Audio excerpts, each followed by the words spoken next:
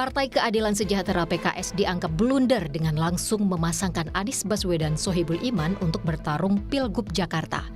Presiden PKS Ahmad Syahiku pun melunak.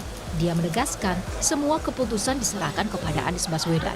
Menurut Syahiku, pengusungan duet Anies Sohibul Iman sebagai ikhtiar PKS. Syahiku menyadari PKS masih butuh suntikan kursi tambahan menuju Pilgub Jakarta. Jika kembali kepada Pak Anies sendiri, ya. Kami sudah berusaha, berikhtiar untuk membawa Pak Anies dengan pasangan Muhammad Sohibul Iman. Walaupun tadi memang kita berhadapan pada sebuah realitas bahwa ini belum bisa melangkah karena belum cukup kursinya. Nggak ada bahaya-bahaya, semuanya aman. Ini justru kita tawarkan pada partai-partai yang lain, ya, supaya pasangan ini bisa disupport dan didukung bersama. Sebelumnya, Wakil Sekjen PKB Syaiful Huda menilai keputusan PKS memasangkan Anies Sohibul di Pilgub Jakarta sebagai langkah blunder. Huda menyebut keputusan itu bisa menutup pintu untuk berkoalisi dengan partai lain. Untuk itu, Huda menganggap duet Anies Sohibul Iman ini berpeluang mengalami deadlock karena tidak cukup kursi lantaran tidak ada teman koalisi. Di mata saya sih blunder menurut saya. Itu yang saya sebut komunikasi politik yang semacam ini akan menutup pintu partai-partai lain untuk bisa bermitra dan membangun poros koalisi ini. Jadi menurut saya model memborong begini, memborong figur untuk partai yang tidak memenuhi dan tidak punya golden ticket, menurut saya bahaya itu, bahaya. Bahaya deadlock. Ya bisa bahaya deadlock, bisa nggak dapat teman mitra koalisi. Pasangan Anies Baswedan Sohibul Iman dikatakan belum definitif sebab jumlah kursi PKS di DPRD belum memenuhi syarat untuk mengusung calon dalam Pilgub Jakarta. Kita nggak mau berandai-andai ya, karena kan memang sekarang sebetulnya deklarasi PKS kemarin kan belum memenuhi kuota untuk pencalonan. Sehingga kita bisa belum kita hitung sebagai paslon, ya, yang definitif Pak Anies dan Pak Sohibul tersebut, ya. Jadi sulit kalau untuk memetakan, masih sulit. Apakah akan ada partai lain yang bergabung atau tidak? Tapi kalau Partai Gerindra, ya, untuk Jakarta kita berupaya semaksimal mungkin membangun komunikasi, terutama dengan partai-partai koalisi Indonesia Maju, ya, dan juga dengan partai-partai di luarnya. Terus ini kita intensif. Pengamat politik Trias Politika Strategis Agung Baskoro menilai PKS terlalu terburu-buru dalam menetapkan pasangan Anies Baswedan Sohibul Iman. Menurut Agung, kemunculan duet ini membuat partai politik lain mempertimbangkan kembali untuk berkoalisi. Saya kira ini terlalu tergesa-gesa atau terburu-buru, ya, karena nanti wow factor-nya jadi hilang. Elemen of surprise ke lawan-lawan politik, ke kandidat yang lain menjadi tereduksi. Nah, saya agak kaget karena menyayangkan ini sudah terjadi, ya, karena kan sebelumnya Pak Sohibul sebagai cagup, kemudian dalam hitungan 2 hari berubah menjadi calon wakil gubernur, kemudian mendeklarasikan satu paket dengan Anies. Nah, ini keputusan yang sangat cepat saya kira dan punya plus minusnya. Di tengah kebuntuan pembahasan koalisi, PDIP menawarkan kerjasama politik dengan PKB di Pilkada Jakarta. Mungkinkah membentuk poros baru untuk mengatasi kebuntuan pasangan Anies? Tim Liputan Kompas TV.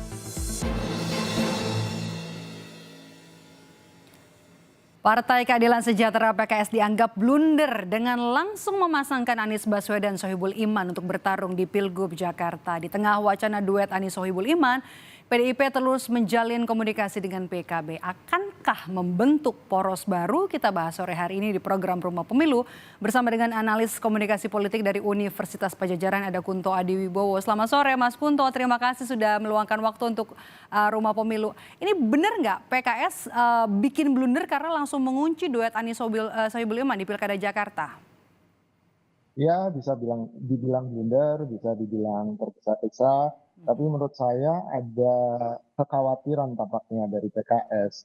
Karena dari pilkada sebelumnya di 2017 walaupun PKS ini penggantinya justru dari Gerindra gitu kan, yang seharusnya dari PKS. Belajar Nah, dari ini pengalaman ya.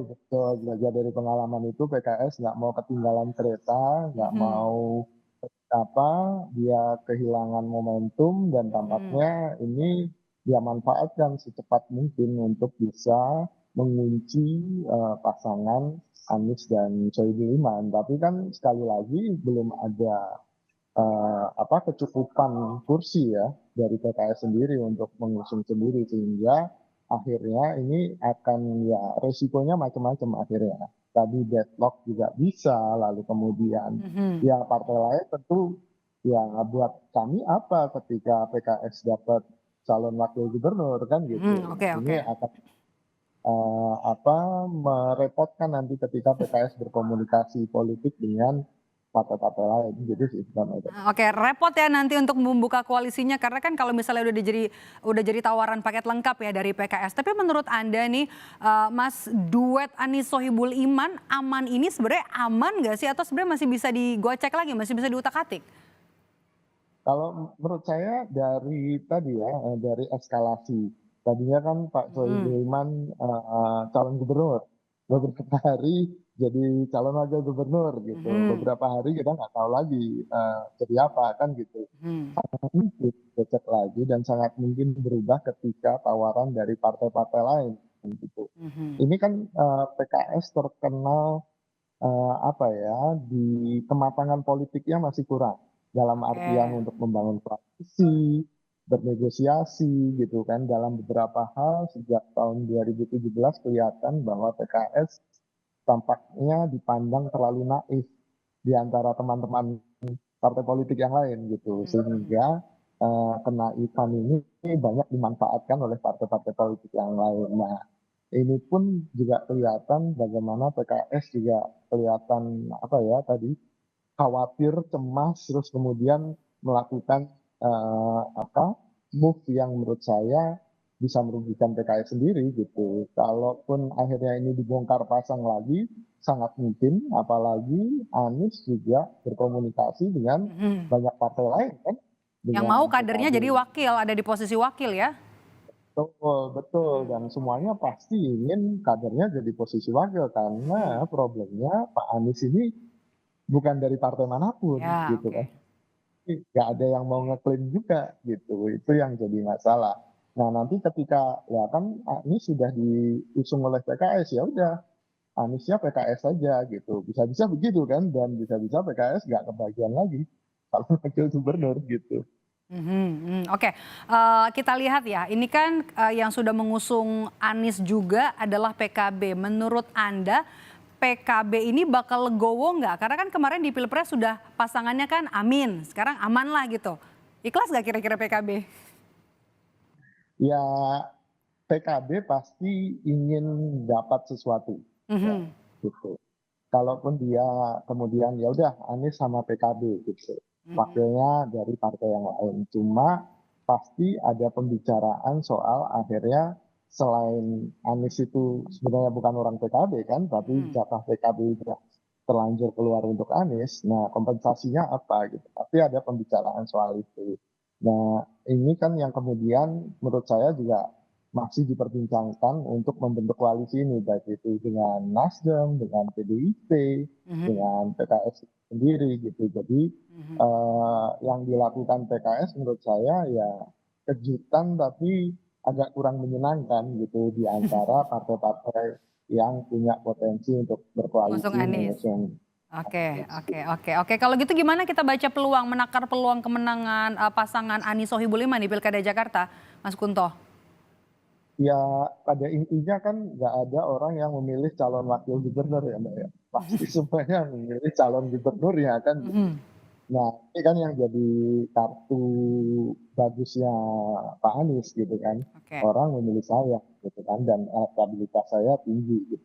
Nah, itu yang kemudian jadi dagangan Pak Anies ke partai-partai politik yang lain. Sehingga kalaupun dipasangkan dengan siapapun dari partai manapun, saya juga punya potensi menang kok gitu. Paling tidak itu jualan Pak Anies hari ini yang menurut saya jadi apa ya nilai politik yang tinggi gitu. Sehingga Mhm, kalau mau di dengan Pak Sohibul Iman ya peluangnya cukup tinggi gitu. Kompatibilitasnya juga cukup tinggi. Tapi kalau misalnya dengan Mas Kaisang yang kemarin jadi isu terus Mas Kaisangnya sendiri bilang oh kita nggak cocok kok gitu. Ya itu ketidakcocokan itu atau incompatibility itu bisa mengganggu elektabilitasnya Pak Anies. Tapi kalau menurut saya kalau dari kader-kader PKS, kader PKB, kader Nasdem nggak akan ada masalah. Anda melihatnya justru cukup tinggi ya? Sudah bisa Betul. mengukur lumbung-lumbung suara Anies dan juga suara PKS di Jakarta. Ada masih yang perlu diraih nggak suaranya? Seperti di Jakarta Utara misalnya dan juga Jakarta Barat? Ya tentu saja itu kan ada lumbung-lumbung PDIP gitu kan dan ada lumbung-lumbung pendukung Pak Jokowi gitu. Tapi kan atau Pak Prabowo sekarang gitu. Nah ini yang kemudian perlu digarap oleh Pak Anies dan koalisinya yang masih belum terbentuk juga untuk kemudian bisa memperkuat basis-basis pemilih mereka gitu. Tapi pada akhirnya kan ini tidak sekedar soal teritorial gitu kan. Ini juga problem bagaimana mesin-mesin politik di nanti anggota partai koalisi itu juga bisa bergerak dengan memperluas dukungan di daerah-daerah mereka gitu. Oke. Kita pindah ke sisi yang lain nih. Selain Anies nih, ada juga nama Ridwan Kamil kan yang digadang-gadang juga jadi penantang kuat Ridwan Kamil di Pilkada Jakarta. Partai yang tergabung dan dalam Koalisi Indonesia Maju juga masih mengkaji nama yang bakal diusung di Pilkada Jakarta untuk jadi lawan Anies ya, RK. Kim ini bakalan benar-benar serius untuk ngusung Ridwan Kamil apa kemudian ada nama lain yang justru dimajukan selain RK? Sampai sekarang kan belum ada nama lain yang cukup kuat ya bisa menggantikan RK ya gitu. Karena walaupun masing-masing melakukan survei gitu kan, tapi nama Anies masih paling besar menurut saya gitu kan. Lalu disusul RK gitu. Nah setelah RK ini menurut saya belum ada nama yang cukup kuat lagi karena selisihnya cukup besar. Soal popularitas, soal elektabilitas juga cukup besar sehingga pasti Kim menghitung untuk memajukan tokoh yang punya modal elektabilitas yang kuat karena ini kampanyenya cuma sekitar 3 bulanan dan dalam 3 bulan agak susah menggeser elektabilitas Anies yang cukup tinggi gitu. Nah di lain sisi Golkar yang punya Ridwan Kamil ini kan tidak punya masalah di Jawa Barat gitu karena Oke. saya juga nggak punya calon Tapi lagi. kalau gitu Ya. Mas Kunto kira-kira nama lain nih kalau bukan RK nantinya siapa nama lain yang juga bakalan diusung oleh Koalisi Indonesia Maju? Kaisang ya. Kaisang. Ya, itu kan kartu yang belum keluar kan gitu. Karena buat apa susah-susah ke MA kemarin Mahkamah Agung sehingga mengubah batasan usia juga untuk calon gubernur kan gitu. Sehingga ini bisa tiba-tiba keluar di akhir gitu. Itu sangat mungkin. Tapi cukup kuat gak Kaisang jadi Jakarta 1 atau Jakarta 2 atau karena faktor akseptabilitas dari istana? Ya, kalau menurut saya karena Kim dan istana merasa percaya diri punya resep untuk memenangkan pilkada sebagai replikasi pemilu atau pilpres kemarin gitu. Sehingga dengan resep yang sama mereka percaya diri Kaisang akan bisa juga menang di pilkada Jakarta gitu. Oke, kalau itu akhirnya nanti Golkar legowo ya, kadernya nanti dilepas dari Jawa Barat yang kemudian yang memang potensinya besar untuk menang ya, dan kemudian melepaskan Ridwan Kamil ke Jakarta. Tapi menurut Anda membaca dari pernyataan-pernyataan dari Partai Golkar termasuk juga Ketua Umum partainya yang sampai saat ini belum fix, belum rela sebenarnya untuk melepaskan RK. Anda membaca seperti apa, Mas Kunto? Ya ini semuanya sebenarnya belum fix Mbak. RK juga belum fix, Anies juga fix gitu kan. Karena memang dinamikanya kita tunggu sebulan ini lah. Bulan Juli ini jadi klimaksnya gitu. Jadi klimaksnya bagaimana akhirnya komunikasi-komunikasi politik antar partai itu akan bermuara kemana gitu, akan jadi apa koalisi gitu kan, dan akhirnya nama-nama yang muncul akan siapa gitu. Kalaupun ternyata ada 3 porosnya Pak Anies, porosnya RK, dan porosnya Kaisang gitu tiba-tiba, itu juga sangat mungkin, dan yang dirugikan justru porosnya RK kan gitu, karena akan beririsan dekat dengan porosnya Mas Kaisang gitu. Nah ini yang kemudian juga diperhitungkan pasti oleh Golkar, jangan sampai saya kejebak nih udah nggak dapet Jawa Barat, nggak dapet Jakarta juga kan gitu. Ini yang kemudian jadi pertimbangan di Golkar pastinya. Oh ini menarik nih kalau kita ngelihat poros di Pilkada Jakarta, ada porosnya Anies, porosnya RK sejauh ini ya. Kemungkinan ada peluang 3 poros kah di Pilkada Jakarta nanti Mas Kunto? Ya tadi ya, porosnya Mas Kaisang bisa tiba-tiba muncul gitu. Oke. Ya kan? Dan itu Atau kan justru poros terjadi. PKB PDIP nanti? Ya kalau PKB PDIP tampaknya juga ke Anies kok Mbak gitu. Oke. Ya, karena kan sejauh ini kan juga PKB lebih dekat ke Anies gitu kan. PDIP pun juga beberapa kali menunjukkan sinyal-sinyal yang mendekati Pak Anies gitu. Jadi tampaknya akan mengkerucut ke situ, tapi saya nggak tahu. Sangat mungkin juga ada kejutan-kejutan nama baru. Kalau RK nanti jadi ke Jakarta, apakah kemudian Gerindra akan sapu bersih di Jawa Barat, Mas Kunto? Ya enggak juga. Kalau Enggak menurut juga. saya tidak ada yang pasti dalam pilkada, Mbak. Gitu. Walaupun peluang kemenangannya besar untuk Pak Deddy Mulyadi, tapi pasti ada perlawanan sengit dari PDIP gitu yang nantinya katanya mau mengajukan Bu Susi gitu kan, dengan tenggelamkan kan juga cukup punya daya ungkit yang tinggi gitu kan, belum lagi PKS yang memang basisnya di Jawa Barat gitu. Jadi bukan hal yang mudah bagi Gerindra untuk memenangkan Jawa Barat, walaupun nanti Ridwan Kamil ke Jakarta. Walaupun udah 2 kali menang pileg ya di sana ya Gerindra ya, 2 periode ya. Oke, kita bahas soal ini deh, peta politik Mas Kunto. Anda melihat peta politik di Pilkada Jakarta ini berulang ya dari Pilpres? Tampaknya akan seperti itu ya. Tampaknya akan mengulang apa yang ada di Pilpres 2024 dan apa ya, ini jadi mini Pilpres atau sangat mungkin PDIP bergabung dengan PKB kan akhirnya, dan PKB juga akan bergabung dengan koalisi perubahan sebelumnya, sehingga sangat mungkin 2 jadi berhadapan-hadapan. Ini masalah pro Jokowi anti Jokowi akhirnya pastinya, Masih ada ya. lagi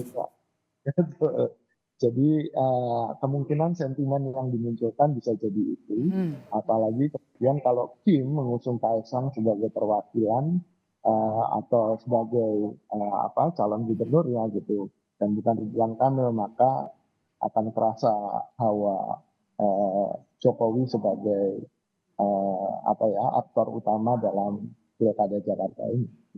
Sebenarnya udah bisa ditebak itu jelas ya apa yang disampaikan Mas Kunto tadi. Kita tunggu karena semuanya masih cair banget ini Mas Kunto di pemilihan Gubernur Jakarta. Kita masih harus nanti sampai jelang nanti proses pendaftaran dan juga waktu pendaftaran pada Agustus 2024. Terima kasih sudah bergabung bersama kami analis komunikasi politik dari Universitas Padjadjaran Kunto Adiwibowo. Selalu Mas Kunto.